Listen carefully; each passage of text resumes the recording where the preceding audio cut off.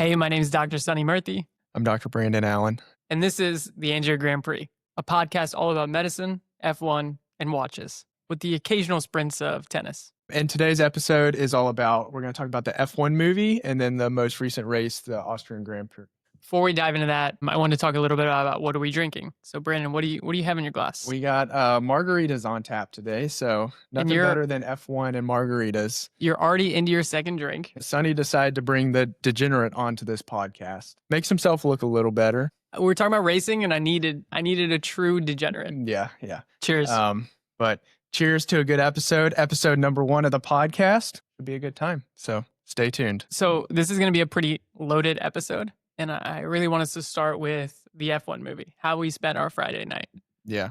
So F1 movie, obviously a big production involving the F1 drivers, crew members. They were out on the track filming. So a lot of anticipation and hype for this movie. I actually booked us at the Regal because I really wanted those racing helmets, those special edition racing helmets that the popcorn was being served in. And then we got there and sold out. Let's kind of start with our initial impressions going into it. Yes, word on the street that it was cheesy, not as technically accurate or up to par as some F1 fans might hope for. Overall, though, I would say I was very entertained by it. The visuals were incredible for it. And again, it was so cool seeing the cast, the drivers out there being a part of it. I think they probably had fun doing that too. I think it'll ultimately probably bring more fans to the sport too. And that's the coolest goal, right? Like I think with Drive to Survive, that brought a huge push into F1 in particular. And then the movie, I think we'll just be able to grow on that and build on that. I thought Damson Idris killed it. I think he was absolutely phenomenal in the whole movie. And it was definitely entertaining. Yeah. I mean, for me, I first became interested in F1. I was one of the fans that got into it from Drive to Survive back in 2019 and have been kind of sticking with it since then. And I think there's a lot of people, especially in America, that would say the same thing. And that's what got them interested into the sport. So I think this movie will hopefully bring more interest. It'll drive up ticket prices too, which will be unfortunate for all of us. But hopefully soon enough, we'll be able to afford those ticket prices. Yeah, just more people we can talk to about F1 on a daily basis. And more people to subscribe to the podcast. Yeah. What would you say was some things you liked about the movie and things you didn't like about the movie? I think it was pretty sick to see the fact that one, Lewis Hamilton produced it and was a major part in its creation. I thought that was awesome to see a driver being a part of that. Number two, it just felt fun. You know, I think there are some parts when the true racing aspects were Hollywood in a sense, like Sainz said. But overall, like I enjoyed the whole movie, you know? Yeah. Yeah, I would say I enjoyed it all too. I think the opening scene with like the Porsche racing, cup racing Porsche, and some Led Zeppelin playing in the back was sick. And there's just awesome racing. A little more contact than you would expect in a real race. A little less penalties. Yeah, there would be a lot of visits to the FIA stewards if it was real life. But you know, it's a movie, it's Hollywood, it's all for fun. So there's one scene in particular, they had Brad Pitt and Damson Idris lined up for the national anthem. Lando Norris is standing next to them, and they say some cheesy line afterwards, like, elbows out, bro. And you just see Lando, like, kind of put his hand up to his mouth. He's like trying to hold in a laugh. And you know, it's a live like race, live national anthem. They have one shot at this and you just have like the real drivers in there. And it's kind of, the whole scene is kind of dependent on how they act and react to, you know, Brad Pitt and Damson Idris being there too, doing this. So, you know, there's scenes like that are funny, but it's also, you know, so cool to see that they were able to produce that and bring all those plans to life, you know, at a race like Silverstone or Spa and yeah, like actually be out on the track in front of real fans, you know, filming the whole movie. It was awesome. The other thing I loved about it was it didn't underplay the complexities of the car, right? Like the wind tunnel testing, the amount of engineering that it alluded to was pretty awesome to me. It wasn't just like, okay, here's the car, it's all about the driver. No, there's so many people involved in making a car functional and making a car competitive. And there's so much testing, there's so much engineering. And I think it did a good job of showing not just how much the engineers and the entire team puts forth effort to creating the best car, but also the amount of time the drivers are putting forward to training their bodies, their mentality. Mayu was asking me about all the neck exercises that they were doing, and it's because they have to handle the G forces, right? Like all the neck exercises, all those things the drivers are actually doing, which I thought was pretty awesome to be able to showcase to people. Yeah. Or you just be Brad Pitt and you're a natural. Just a stud from the start. So we saw that on Friday, and it was actually the perfect time for a release. Saturday was Austria. And I think just going into the race now, the timing of the movie and one particular scene in the movie could not be more perfect for what happened in the race. And so, not to spoil the movie too much, but just going into Carlos Sainz at the very start of the race, not even able to get off the starting grid. Car is stalled. Every other car is going around the track. They're doing their formation lap. Sainz is just sitting there. Marshals are trying to push him on, get his car moving. Finally gets his car moving, and he just floors it around the track. Just right on par with one of the scenes from the movie. Yeah. If you know what we're talking about, drop a comment. Pretty hilarious. Sonny Hayes didn't end up in the pits with his brakes on fire, though. That was crazy. So with that in mind, let's take it back to qualifying. So during qualifying, one of the things Sainz kept saying was that his brakes felt weird. And then fast forward to race day, he can't get off the line. There's an issue. He has to restart the car. It's able to function, but then his rear brakes just catch fire. Yeah.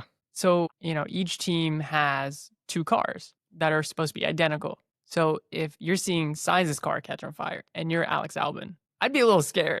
Yeah, I think he probably just overcooked it on that formation lap. Nothing was warmed up, and then he's just going all out. I mean, he was putting in a hot lap like it's qualifying without even, getting any kind of practice or warm-up lap in beforehand. And then also just for him, like being in the right mindset to start the race again, like say he was able to get up to the grid and start in the appropriate position, I feel like the formation lap is such a good time for the drivers to just get in the right mindset. So before we kind of dive too much into race day, I want to start with the basics. So let's talk about qualifying, and not just this particular qualifying, but let's talk about qualifying in general. What is it? So qualifying is, for those that don't know, broken up into 3 different sessions. So you have Q1, Q2, Q3. Q1 is an 18-minute session. You have all 20 drivers out there. And for those 18 minutes, each driver is trying to put in the fastest lap that they can. They're doing one fast lap at a time, and then either going back into the pits to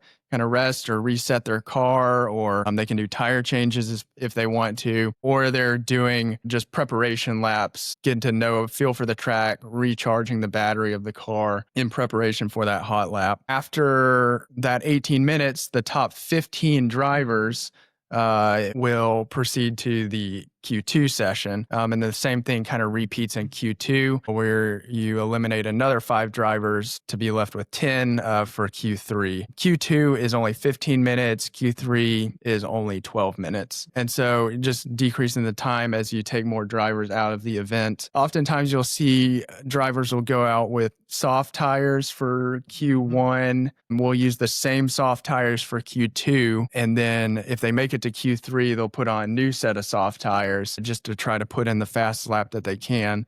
And then the order of that Q3 those fastest laps will be the order of your race going into race weekend. So. Yeah. And we'll talk about sprint in another episode and how that kind of plays a role. But exactly that. So qualifying is majorly important for grid placement, and it's tiered in a fashion so that the faster you go, the longer you can kind of stay in qualifying and do your best to try and get pole, which pole to make sure that everybody's on the same page. How would you kind of define pole? Just the fastest driver. So they'll be first place to start the race, often have an advantage going into race day because you're just left defending everyone else behind you. You don't necessarily have to make any overtakes unless someone overtakes you. So you're left with a pretty big advantage in that sense. And then on top of that, the other strategy that everyone always strives for as a team is like a 1-2 lockout. And a 1-2 lockout means that you kind of can own the entire road.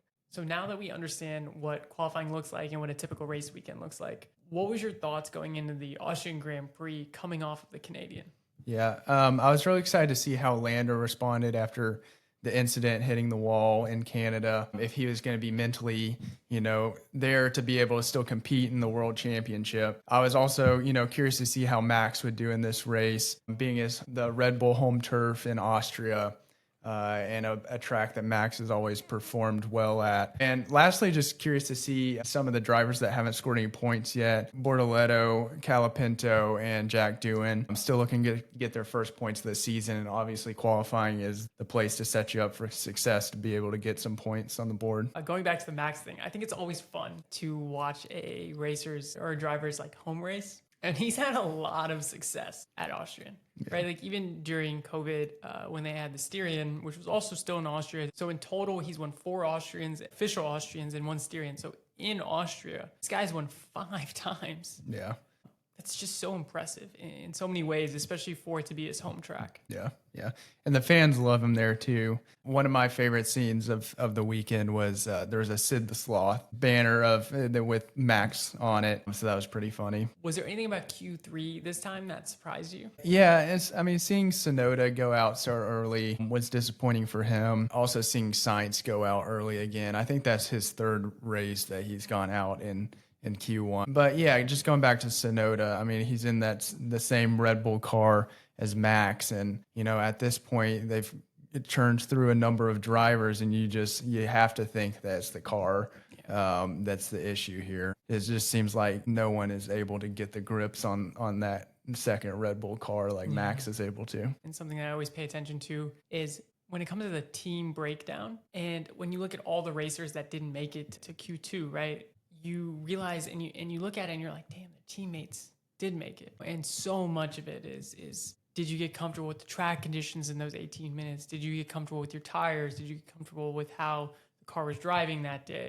Was I surprised at any of the outcomes? I think Yuki surprised me a little. Sainz surprised me for sure. Up until race day, I think him complaining about those brakes definitely was foresight. Yeah, and you had Albon finish.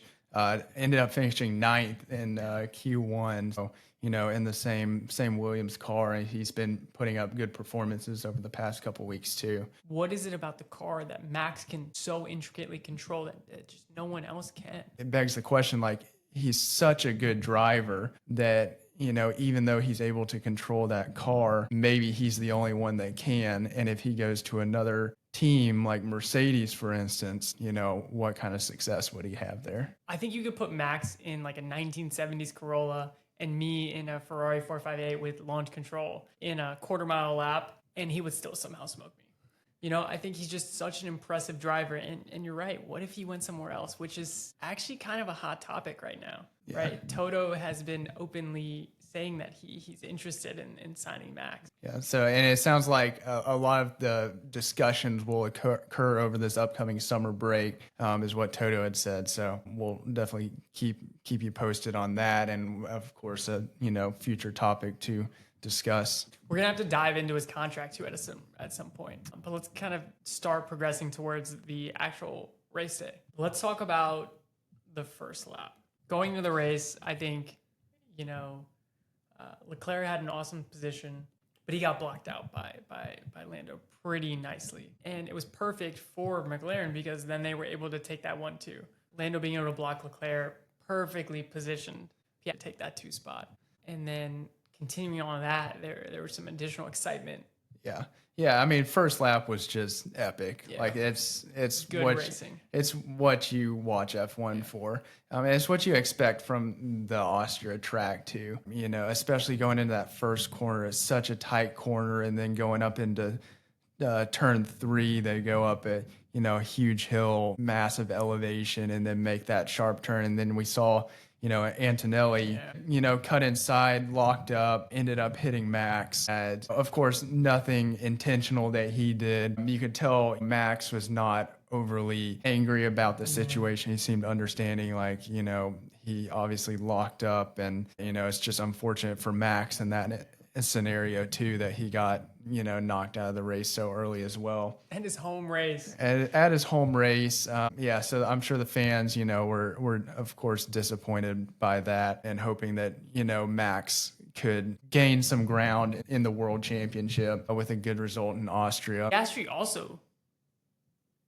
kind of got sabotaged a little. This is a little later during the race, but when they were lapping, it looked like Yuki and I think it was Colapinto.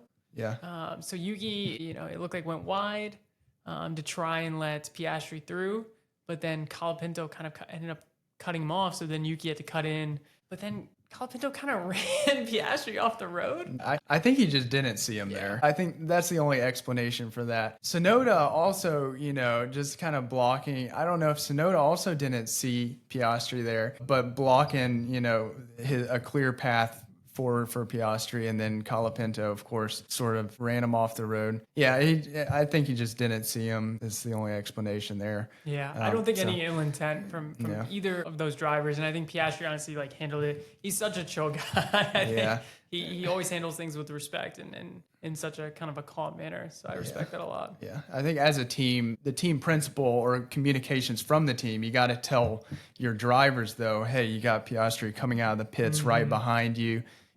He's lapped you already, so you got to let him through here, and just giving them some awareness. But I think both teams were focused on, the Sonoda and Colapinto fight there, that they weren't thinking too much about Piastri potentially, getting in the middle of that. Yeah, because, if Yuki had slowed down to let Piastri pass, that's the perfect opportunity for Colapinto to pass him. Yeah. And like you mentioned, if Colapinto had slowed down or gotten more out of the way, then it's a perfect opportunity to lose that DRS window to Yuki coming around that corner. The other thing about the Max situation is I genuinely think if it was almost any other driver that torpedoed him, his reaction would have been a little different. He has a soft spot for Kimi. He has a very soft spot for Kimi. And he does not for Russell. So if it was the other Mercedes driver, I think his reaction would have been different. At the end of the day, I'll always be happiest with a Ferrari 1-2, but there's something so enjoyable to see a Ferrari on the podium, and especially it being Leclerc. Like, my ideal situation is Leclerc and Hamilton 1-2ing and just rotating off who's getting one, who's getting two. I always try not to get my hopes up too much throughout the race until they cross the finish line, because if you guys are Ferrari fans, you will very much relate that they always just find a way to disappoint you. Leclerc and Hamilton are always doing their best. A lot of times the disappointment comes from some form of a strategy decision.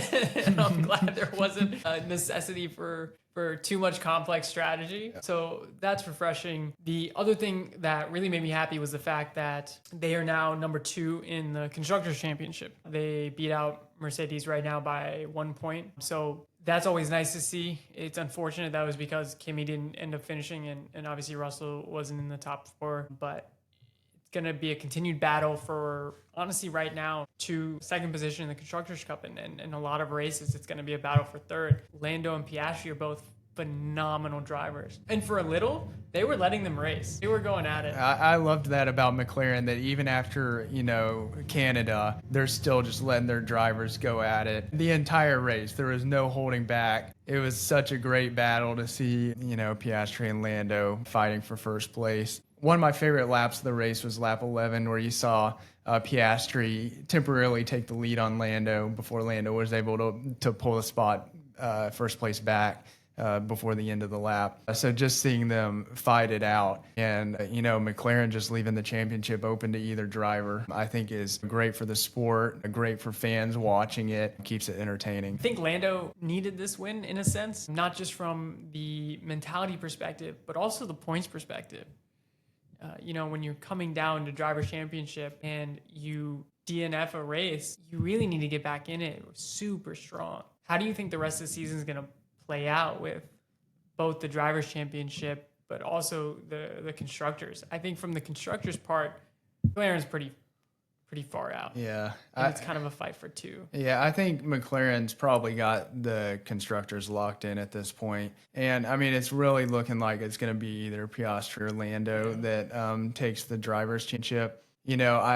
It really seemed like after Lando DNF'd in Canada that he was probably out of the World Championship race. I mean, I know it's still so early in the season, but Piastri has just been so hot. He's just been so consistent each and every week. It just does not waver under pressure, so level-headed. And for Lando to go into this week get pole, and then defend Piastri all 70 laps. With Piastri, having DRS advantage too, I think it was just a really strong performance from Lando from that sense, and showed that he's very much still in the title contention here. And it just makes me even more excited going into Silverstone, home race for Lando, and then also for Hamilton too. We always see Hamilton have excellent races in Silverstone. His only win of the season last year was at Silverstone. So it would be cool to see Hamilton get a win next week, get a win for Ferrari this year. Really looking forward to next week. So neither of us have made it out to an F1 race before. Our time will come eventually. Maybe we can make it out to Austin or Las Vegas this year. If not this year, next year, for sure we'll make it to a race. Now that we're done with the surgery intern year, schedules will lighten up a little bit. Yeah. We'll have more sleep. You can probably see the exhaustion in our faces now and why we need these excellent margaritas. But says the guy who got off at 4 p.m. today. Well, we got an exciting week next week. We'll be back for more content. We'll talk about the Silverstone race. And any other thoughts on this week or the movie? No, I mean, we at the end of the day, we appreciate you guys listening. We appreciate any feedback we can take to better the episodes and to kind of orient the content to what you guys are interested in. We appreciate you following along for the ride. Yeah. I think, in the future, we want to discuss some more about 2026 rule changes. Yeah. There's discussions of V10s maybe coming back to F1, which love that. My ears are ready. Where will, is Russell going to stay at Mercedes? Where will Max go next year? Is he going to stay at Red Bull, or is he going to try to journey off to somewhere else? So, or will his contract even allow it, right? And then you have Cadillac coming in. Who's going to get signed there? Yeah. There's so many exciting things on the horizon that I think we'd love to explore more on the next episode. Yeah. Thanks for listening to the Angiogram Prix, episode 1.